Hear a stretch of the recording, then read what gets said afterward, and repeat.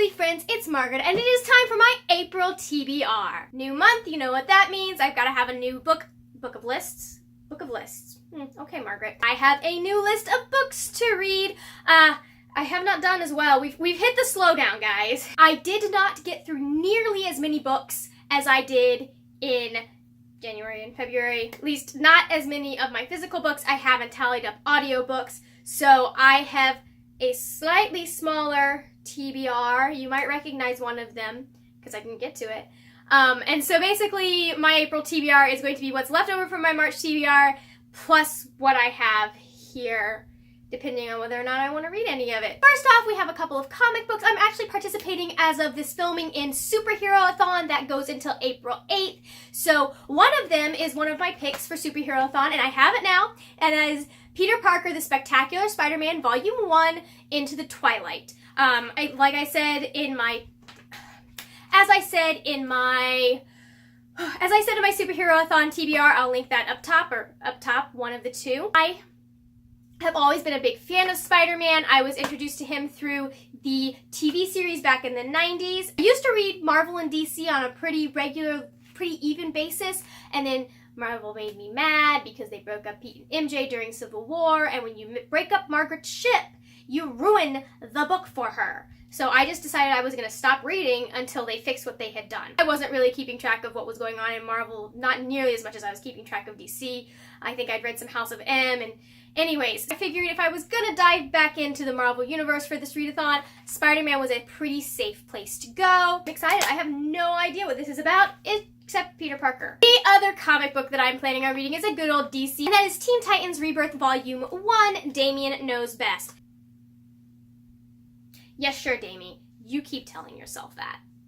Feelings about Damian Wayne are quite the opposite of what they were when he first made his appearance in Batman and Son. I love the little bugger to death now, even though he can kind of be a bit of a troublemaker and is far too stubborn for anyone's good. I wonder where he gets that from. I used to read Teen Titans back in the day, so I am excited to see some of my faves again. I am a little sad that Victor has moved on to the Justice League, because Gar and Victor as a team is just the best.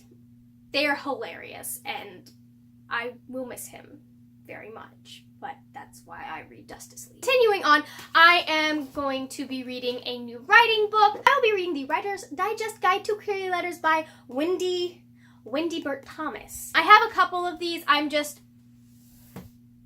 Damian. Real nice. Can you work with me here, kids? I am fixing to wrap up the most current draft of the book that I am writing at the moment, which means that I have to start querying. This is as good as it is going to be getting without some professional input. So it's time to start querying and find an agent that sees some promise in it. I'll be reading that over the next 2 months, so that's going to be over April and May. I finished the Avi book like that. It was an easy book. Not quite what I was expecting, but I did. The next one is one of my most anticipated reads of 2018, and that is Allie Carter's new book, Not If I Save You First. This is about Maddie and Logan, from what I understand, and her dad used to be like Secret Service for Logan's dad, and then he basically uprooted the entire family and moved them to Alaska, and so Logan, for some reason, has come looking for her. What I really know about that is that she keeps posting all of these one-liners on her Instagram, and every single one of them is just, I'm like, this is a ship I could get behind.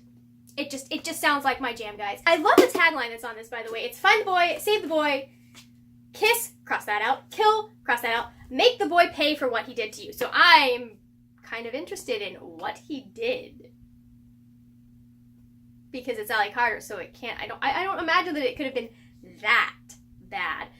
Sadly, this is a standalone from what I understand, which, I mean, it's nice to have a standalone every now and then, but it's Allie Carter, and she always creates such good people and worlds, and I just want to...